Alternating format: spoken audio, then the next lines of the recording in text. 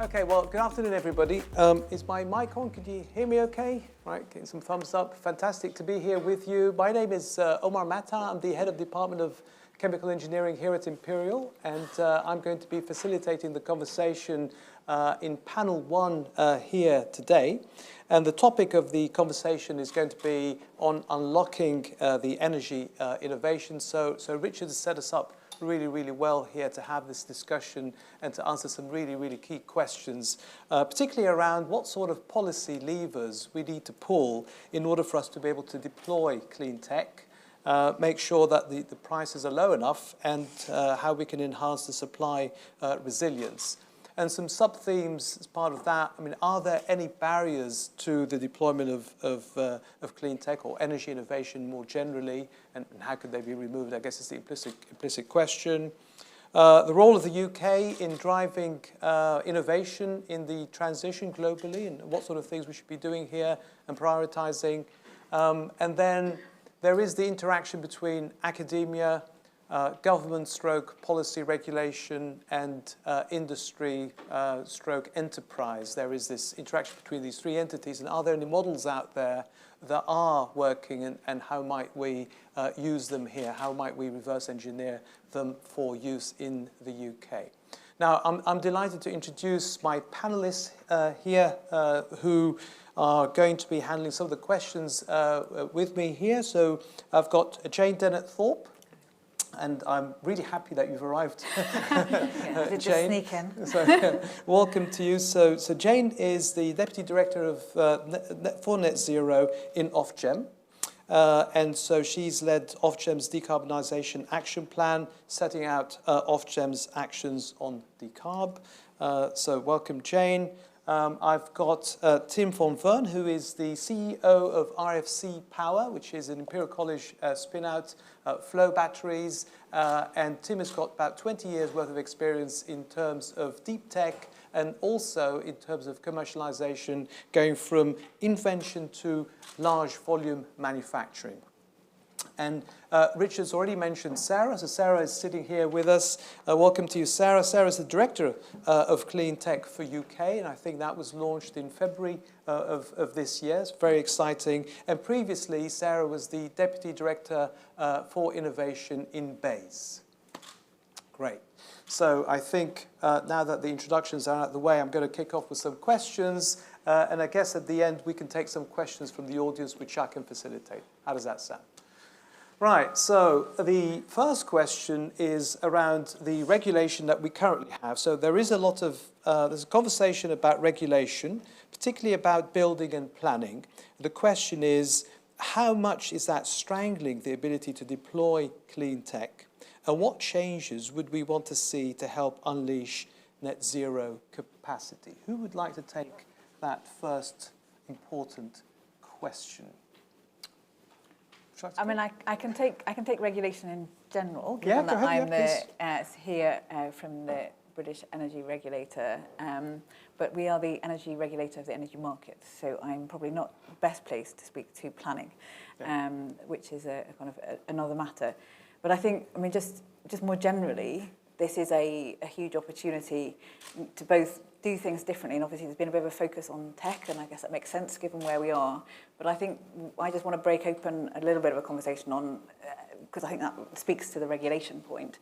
The innovations we need are not just about technology, they're about how we do things differently, business models, different ways of doing things, different ways of financing things.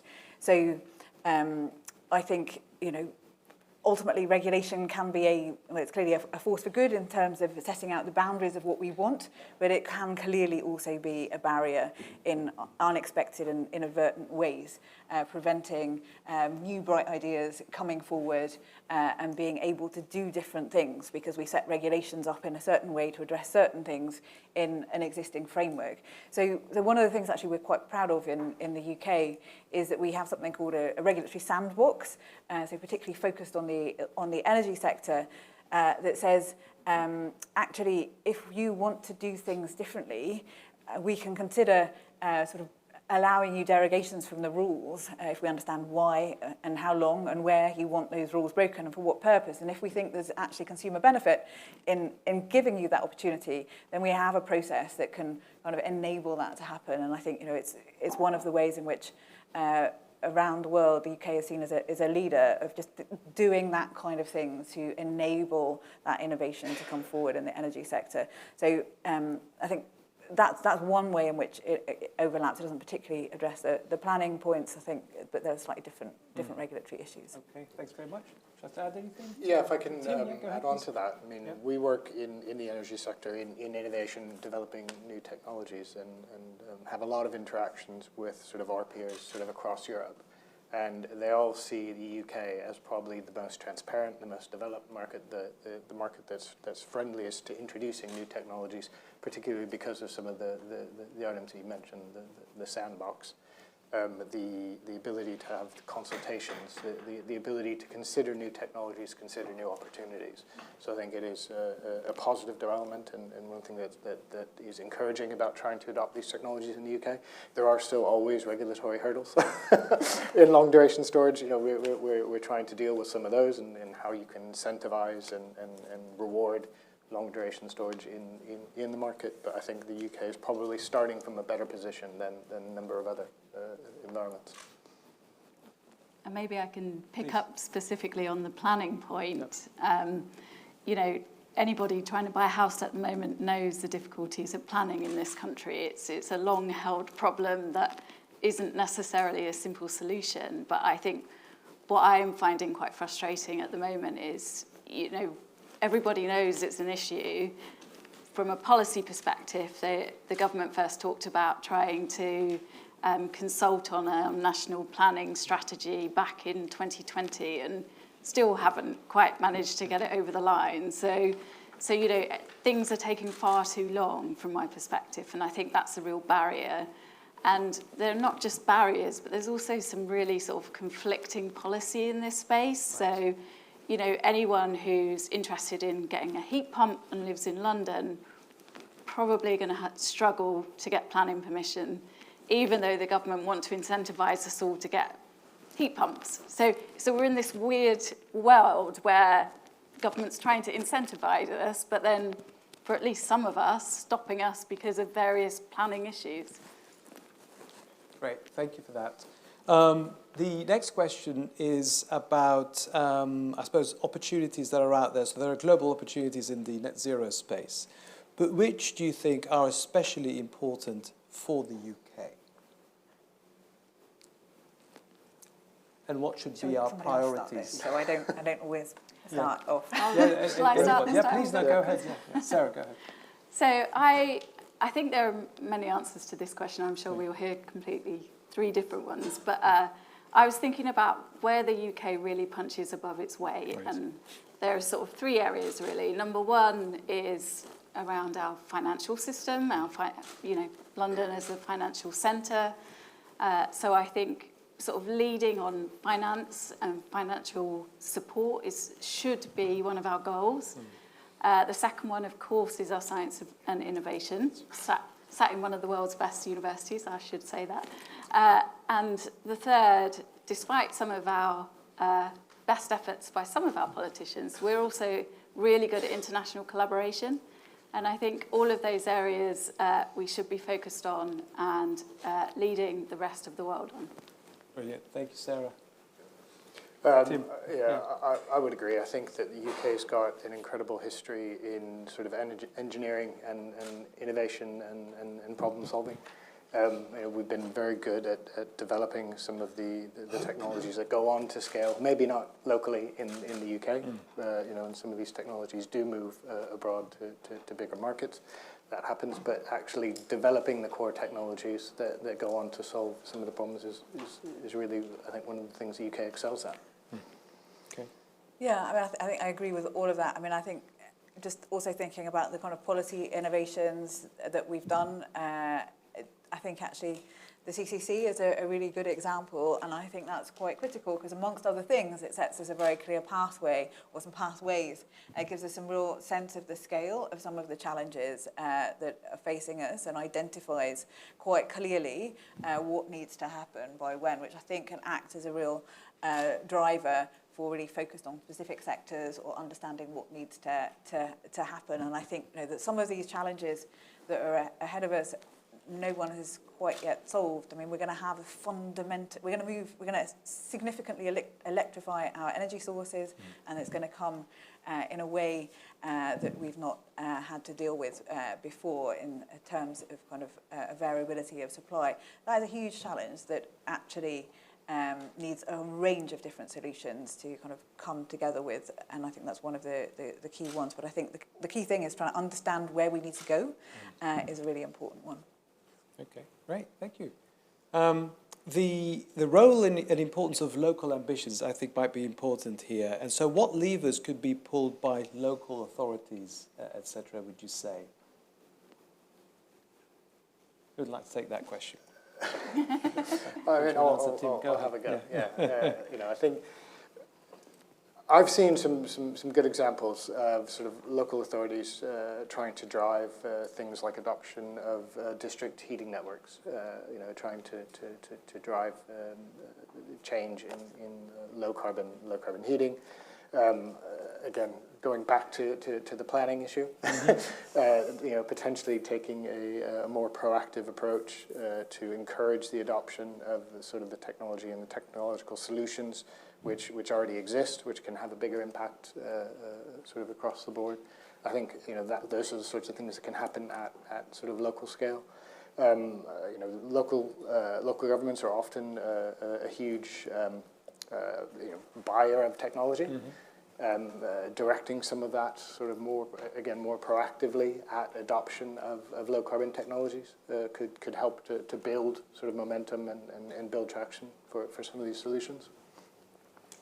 I think the role they need to play is fundamentally local authorities tend to be much closer to their communities, much closer to the people than a national government is. So I think they have a really important role. Completely agree with everything you said, but in addition to that, around behaviour change and working with their communities and using their understanding of their local communities to drive behaviour change. Thank you.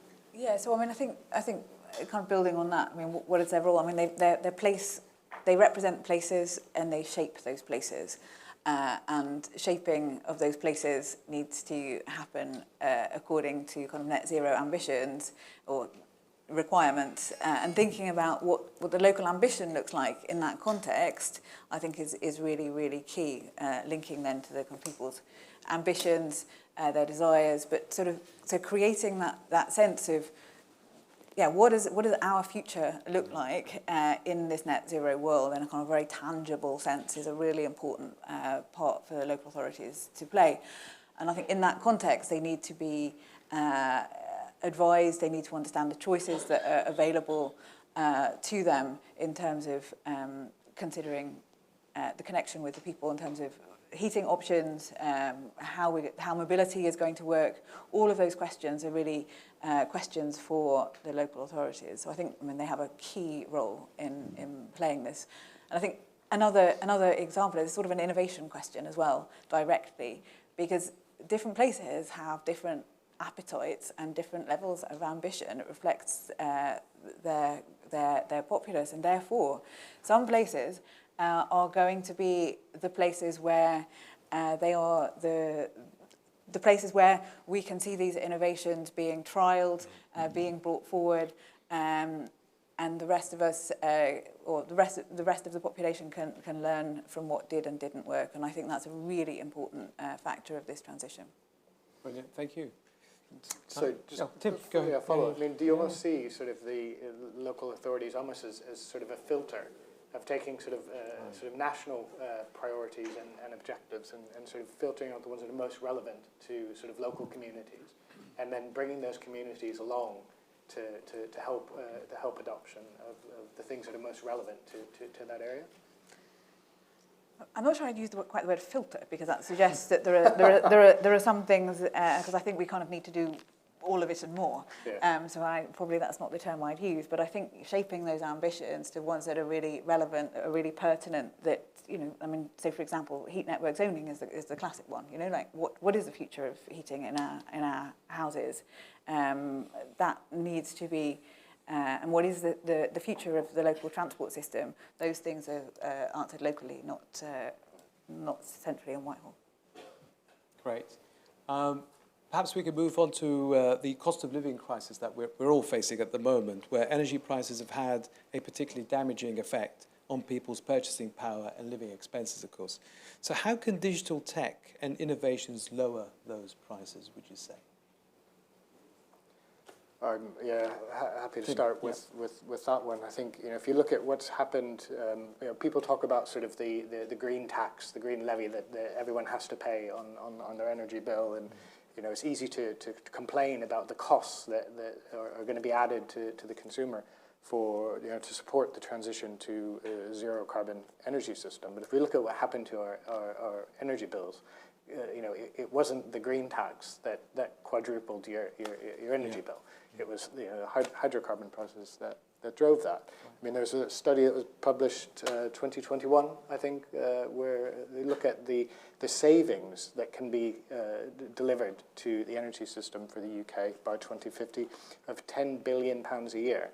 That's savings that should reduce the overall cost to the consumer. So I think the introductions and the adoption of low-cost technologies can bring the costs down of the system as a whole, and those costs should then be translated through to the consumer. Brilliant. Any follow-ups? Yeah, so I mean, I think just kind of going back to that kind of the power system of the future, which is going to have to respond to what we would call non-dispatchable sources of power. Basically, they're on when it's windy and sunny, and when the atoms are splitting, it's just on when it is. So the digital future, I mean, is key to enabling us to use that power effectively. I think about it as, I'm a physicist by background, so I tend to think about it as, like we've got to find ways of using that free power effectively to putting it to good use when it's available. Either that's, it's storing it if we don't have any immediate good use for it, but that's kind of second in the chain. Let's first try ways of doing things productively with it. How can we make most productive use of that power? And then has to be digitally enabled. It's not going to be people flicking switches somewhere, in part because that power is going to be distributed, and in part because there's lots of different things that are attached to it. So there's no kind of big switch that says, everyone's fridges go on and off right now, or, it is going to be, it needs to be a sophisticated system if we are to use this power and to really reap the benefits of its potential cost reductions. Well, I just wanted to come back, because you reminded me when you were talking about the cost of power, of course.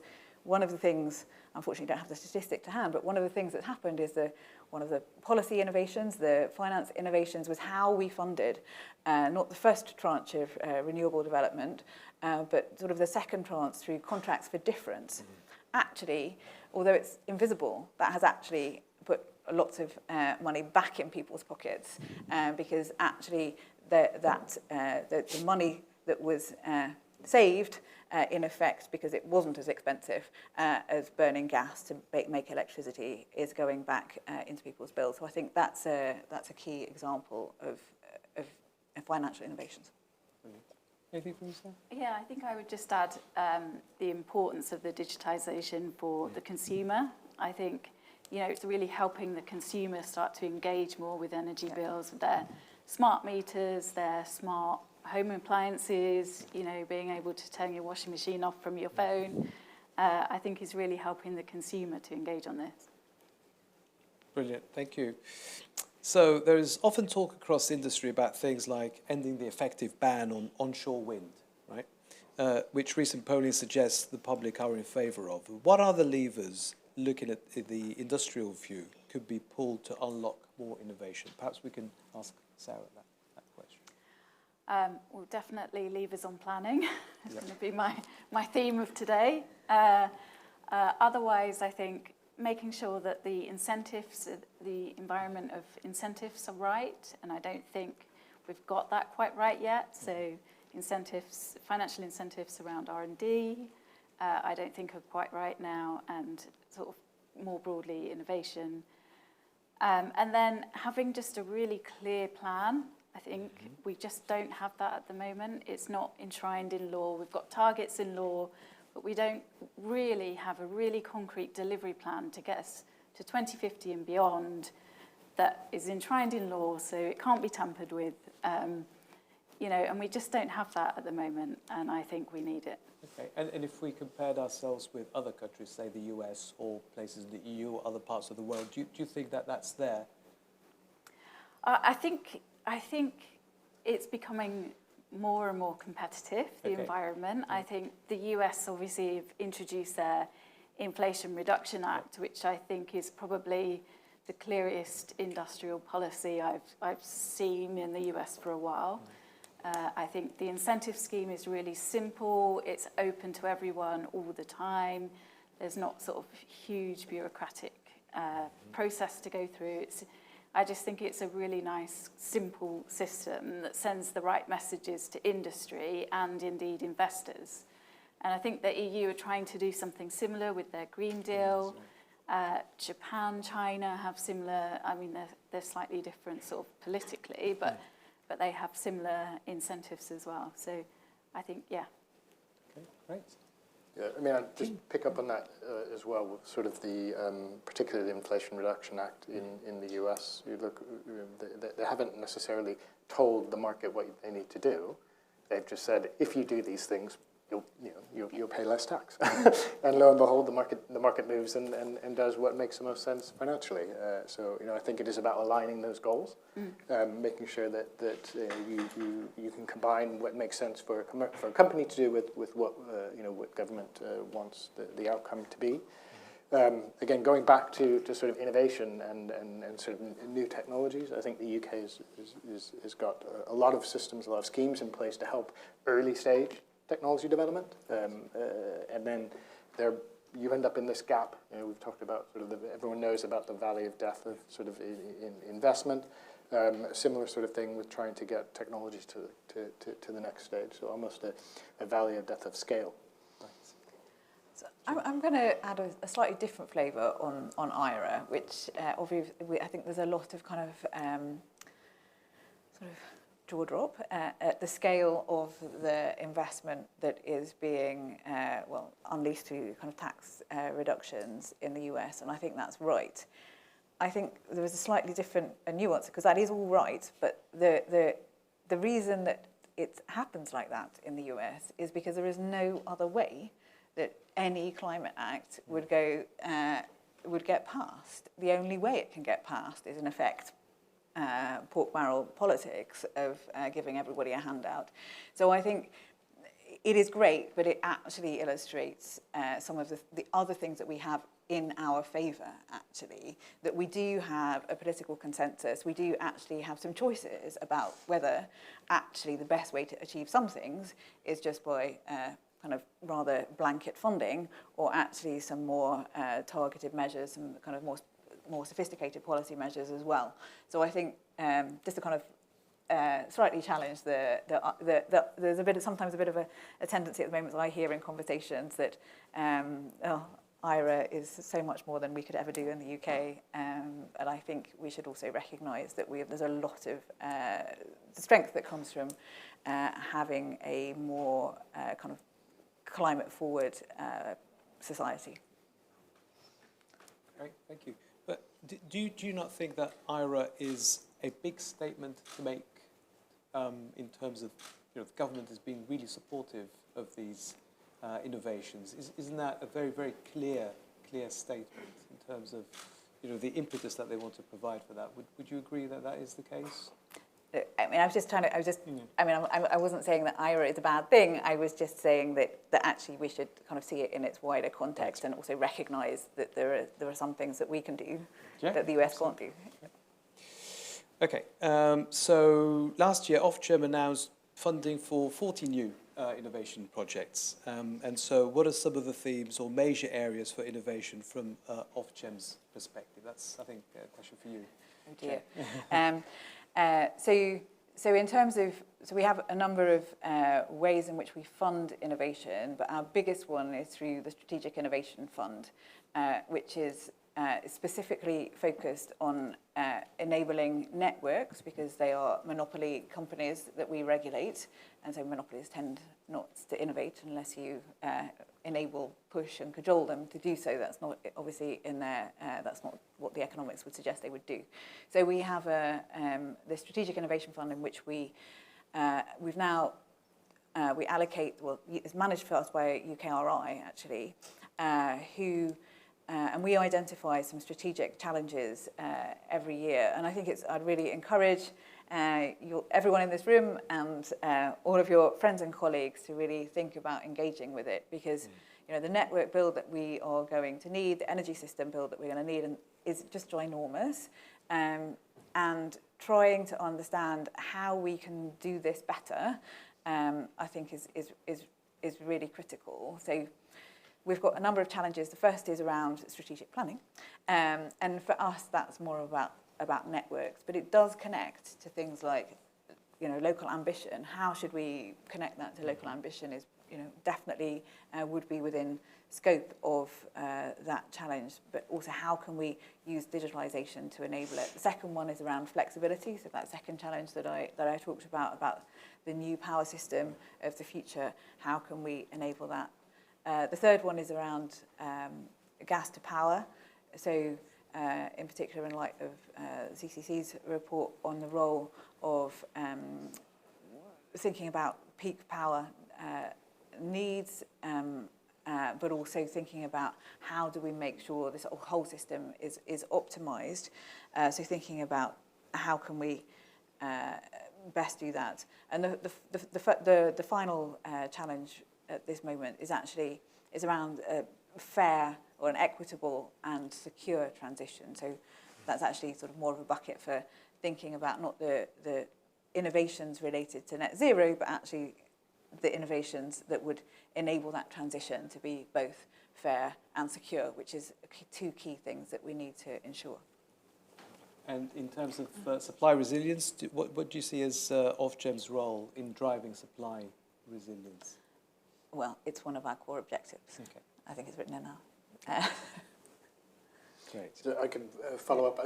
I'm familiar with the OFGEM Strategic Innovation Fund and participated this morning in a workshop trying to define potentially some of the next challenges, but also trying to make connections to sort of build the teams that we need to get new technologies to the point that they're relevant to the scale that the network operators need to see. I think it's one of the things, again, that program does well, is to help make those connections between people who operate at different scale. That's great to hear, and I think, you know, look, we're really, it's a program that's relatively new. We used to run a much more kind of competition-based, 1,000 flowers bloom approach to innovation in our previous iterations of this, and this is a way of us now saying, actually, we need a bit more directed approach. We want to see bigger projects as well. I think that's part of the implications of this. But we're very open to continually evolving, particularly learning from other parts of the innovation ecosystem about, actually, how could we do this better if what we want is really big projects that really are going to change the world, quite literally. So, you know, anyone that's involved in that or has ideas about how we should also be running it differently, we're very open to hear that. And again, one of the things I like about that is it's not a lot of other systems, other schemes we've seen. You sort of have the people at the top telling you, you know, what the solution is going to be and come find a way to implement it. And this scheme seems much more about asking the question of, you know, what is the best approach we can take to solve these challenges, and then asking the people in the industry, asking, you know, people who are developing the solutions to then come up with ways to solve the challenges. So I think it is a very effective approach, I think. Great, thank you. Any comments from you, Sarah? No? Okay, great. So a couple of questions actually for you, Tim, because these are questions directed at startups, Okay. right? So challenges that are being faced by startups. So the UK is very well placed to build renewables, renewables-driven energy system, given advantages in wind power and tidal and so on. So what challenges are there facing startups in climate tech, would you say? RFC obviously is a... Yeah, I suppose we're a perfect example of that. Yeah. Startup that was formed sort of 4 years ago, been developing core technology and have got to the point now where we're ready to scale. I think some of the challenges that we face are not unique to climate tech. They're challenges that sort of everyone faces, and Richard talked about access to finance. Through a lot of the EIS, SEIS, angel funds, it can be really easy to source the cash you need for sort of seed rounds, potentially Series A. But as you need to get that next step, it is difficult.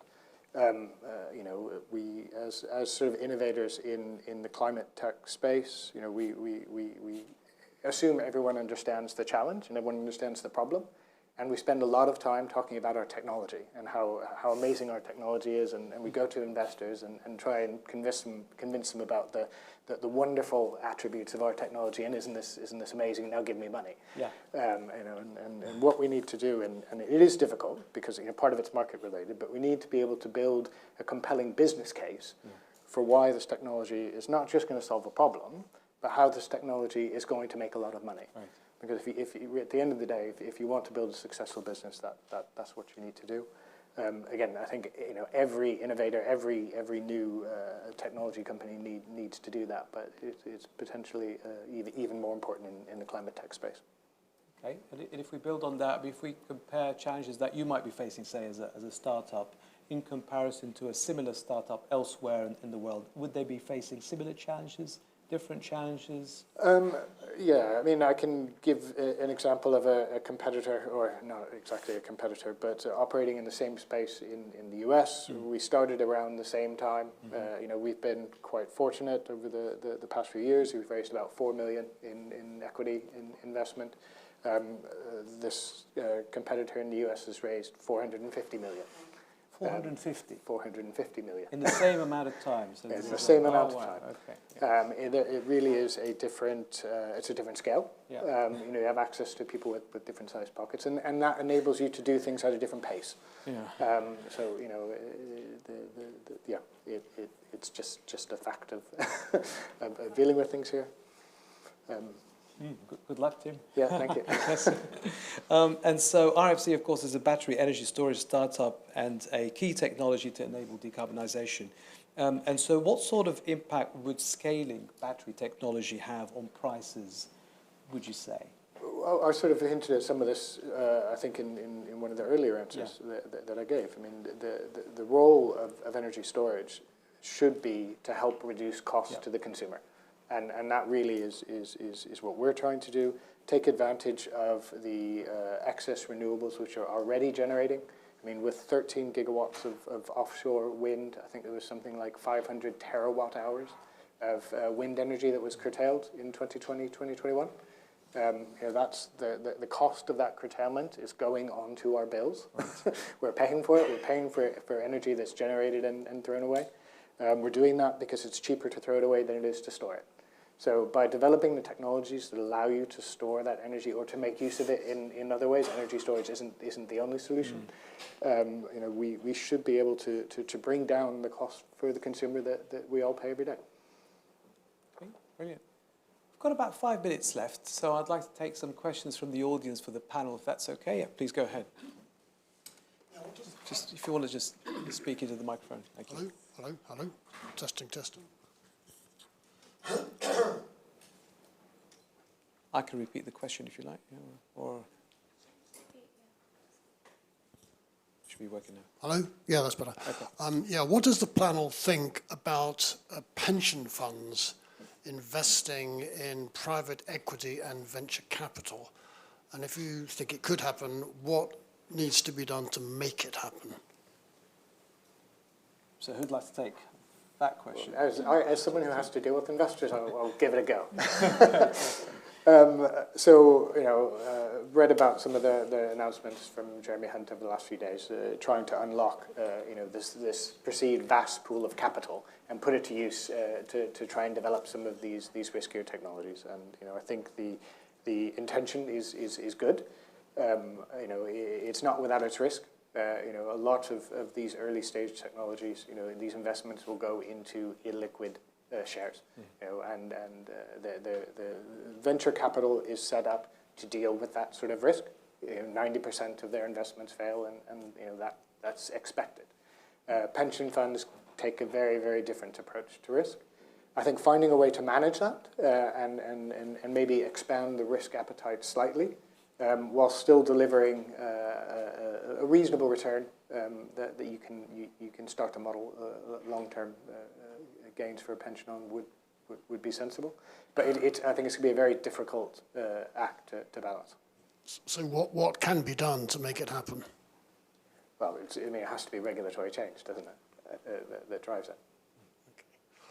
Well, I've got one other much more specific question is about the planning and building planning. You mentioned hard to get planning for a heat pump. Why? Because there are rules around how close it can be to your neighbour's wall, for example, having the right space, the right noise, aesthetics, etc. So there are a number of different things. I can't have one because I live in a conservation zone. Right. Yep. Same thing. No, I saw some solar panels ripped off a building nearby because the council didn't like it. Gentleman over there, white shirt. This allows me to channel my inner Fiona Bruce. There's one question here, and there's another one. Go ahead, please. I have a question around energy storage, given the couple of the panelists. What is the future of long-duration energy storage? Vanadium flow batteries or flow batteries have been around for a while, but there's far more deployment of lithium-ion. And for the UK specifically, as Jane, you rightly pointed out, through CFDs, offshore wind has been booming in the UK. But how do we get energy storage and long-duration energy storage deployment to the scale that we can actually offset the base load as well and not just the energy production there? Do you want to take that one first? I can start. I think if you look at what's happening, not just in the UK, but globally with energy storage deployments, they are primarily lithium-ion batteries. That's been driven initially by things like frequency response markets, which require about 10 minutes of duration, and people have made a lot of money with those sorts of installations. As the adoption of renewables and the penetration of renewables increases, the need to balance supply and demand over longer periods increases. I think there's been, the number of studies published that shows the value to the system that long-duration storage can provide. There are technologies today that can be deployed at scale to deliver that. They typically aren't because the market structure isn't there to reward it. So I think there needs to be a shift in how energy storage is valued in the market. I think there was a government policy announcement that the plan is to have a market mechanism in place by 2024 that does provide the value here in the UK for long duration storage. But I think it's a combination of finding the right market structure and finding ways then to shift the energy to times of need. Any follow-up answers or?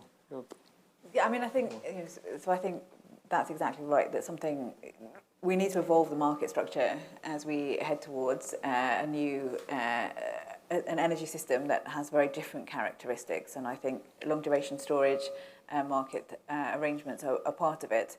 But none of us know what the future looks like, right? And how much. There are some different options, both in terms of technologies. Obviously, we haven't mentioned hydrogen, but thinking about molecules is kind of key potential for long-duration storage. But we can also think about, we tend to, if we're not careful, think in island terms about our energy needs and think, we need to store that to manage the winter. Well, actually, the other option is we're producing excess in the summer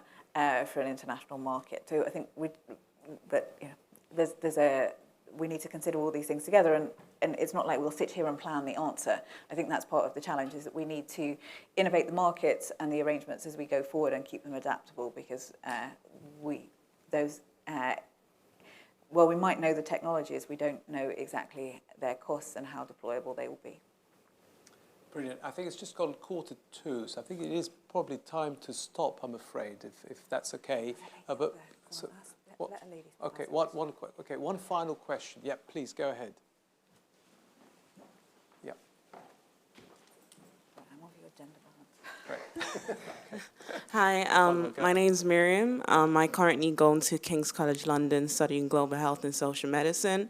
My question is more to do with the affordability of clean technology in the future. I do know that the panel has emphasized how clean technology will become more affordable.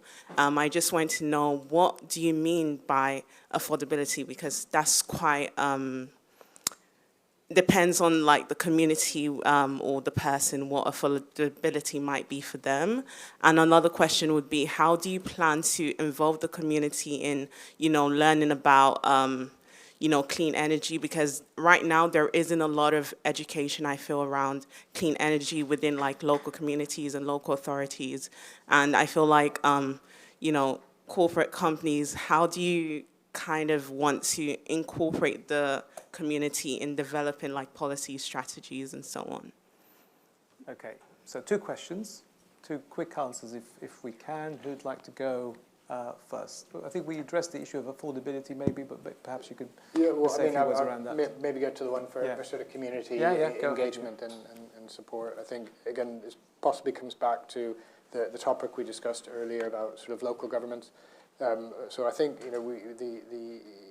we need to get better at engaging, using local authorities, using the government structure that knows the communities that they operate in, to help drive some of the adoption of these technologies, the implementation of some of these policies. Okay.